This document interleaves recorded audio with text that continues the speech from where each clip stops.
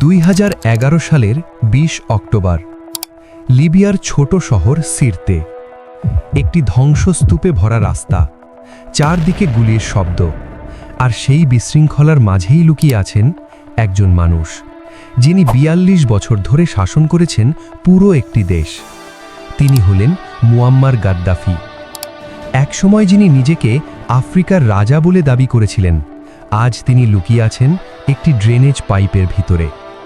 কিন্তু প্রশ্ন হল, কিভাবে একজন তরুণ সামরিক অফিসার একটি দেশ দখল করে 4 দশক ক্ষমতায় টিকে থাকতে পারলেন? আর শেষ পর্যন্ত কেন তার পতন এত নাটকীয় এবং সহিংস হয়ে উঠল? আজ আমরা জানব গাদ্দাফির উত্থান, তার শাসন এবং তার শেষ মুহূর্তের পুরো গল্প। 1942 সালে লিবিয়ার মরুভূমিতে একটি সাধারণ বেদুইন পরিবারে জন্ম হয় মুয়াম্মার গাদ্দাফির। তিনি বড় হয়েছেন অত্যন্ত সাধারণ পরিবেশে, কিন্তু ছোটবেলা থেকেই রাজনীতি ও বিপ্লবের প্রতি তার গভীর আগ্রহ ছিল। মিশরের নেতা গামাল আবদেল নাসের তার জীবনে বড় প্রভাব ফেলেছিলেন। নাসেরের মতোই গাদ্দাফিও বিশ্বাস করতেন আরব বিশ্বকে একত্রিত করতে হবে। এই স্বপ্ন নিয়েই তিনি যোগ দেন লিবিয়ার সেনাবাহিনীতে। কিন্তু তার লক্ষ্য শুধু সেনাবাহিনীতে চাকরি করা ছিল না, তার লক্ষ্য ছিল পুরো দেশের ক্ষমতা।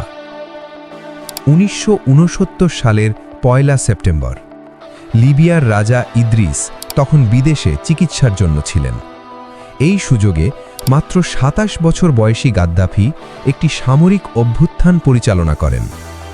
অবিশ্বাস্যভাবে এই অভ্যুত্থান প্রায় রক্তপাত ছাড়াই সফল হয়। রাজতন্ত্রের অবসান ঘটে এবং জন্ম হয় নতুন রাষ্ট্র, লিবিয়ান আরব রিপাবলিক। এভাবেই একজন তরুণ সেনা কর্মকর্তা হঠাৎ করেই হয়ে যান পুরো দেশের শাসক। গাদ্দাফির প্রথম বড় পদক্ষেপ ছিল লিবিয়ার তেল শিল্প জাতীয়করণ করা। এর ফলে পশ্চিমা কোম্পানিগুলোর পরিবর্তে লিবিয়ার সরকার সরাসরি লাভ পেতে শুরু করে, আর সেই লাভ দিয়ে দেশে শুরু হয় বিশাল উন্নয়ন প্রকল্প, ফ্রি শিক্ষা, ফ্রি স্বাস্থ্যসেবা, এমনকি অনেক নাগরিকের জন্য ফ্রি বাসস্থান। একসময় লিবিয়া আফ্রিকার অন্যতম ধনী দেশে পরিণত হয়। কিন্তু এই উন্নয়নের পাশাপাশি একটি বড় সমস্যা তৈরি হয়েছিল: গণতন্ত্রের সম্পূর্ণ অভাব। গাদ্দাফির শাসনে কোনো রাজনৈতিক দল কার্যত ছিল না। সমালোচনা করা প্রায় অসম্ভব ছিল। যে কেউ সরকারের বিরুদ্ধে কথা বললে তাকে গ্রেপ্তার করা হতো বা নির্বাসনে পাঠানো হতো। এই কঠোর নিয়ন্ত্রণ দীর্ঘদিন দেশকে স্থিতিশীল রাখলেও ভিতরে ভিতরে জমতে থাকে জনগণের ক্ষোভ, বিশেষ করে যুব সমাজের মধ্যে। 2010 সালের ডিসেম্বর তিউনিসিয়ার এক তরুণ মোহাম্মদ বুয়াজিজি নিজের গায়ে আগুন দেন। এই ঘটনাটি পুরো আরব বিশ্বে বিপ্লবের আগুন ছড়িয়ে দেয়, ইতিহাসে যা পরিচিত আরব বসন্ত নামে। খুব দ্রুত এই আন্দোলনের ঢেউ পৌঁছে যায় লিবিয়ায়। বেঙ্গাজি শহর থেকে শুরু হয় বিক্ষোভ, আর কয়েক সপ্তাহের মধ্যেই পুরো দেশ জুড়ে শুরু হয় গৃহযুদ্ধ। পরিস্থিতি দ্রুত খারাপ হতে থাকে। বিদ্রোহীরা গাদ্দাফির বাহিনীর সাথে লড়াই শুরু করে। এই সময় ন্যাটো জোট লিবিয়ায় সামরিক হস্তক্ষেপ করে।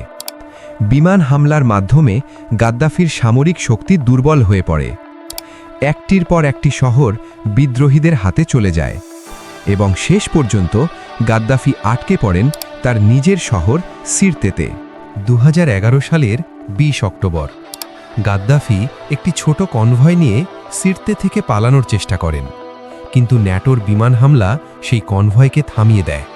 তিনি কয়েকজন অনুগত সৈন্যসহ একটি ড্রেনেজ পাইপে লুকিয়ে পড়েন, কিন্তু খুব দ্রুতই বিদ্রোহীরা তাকে খুঁজে পায়।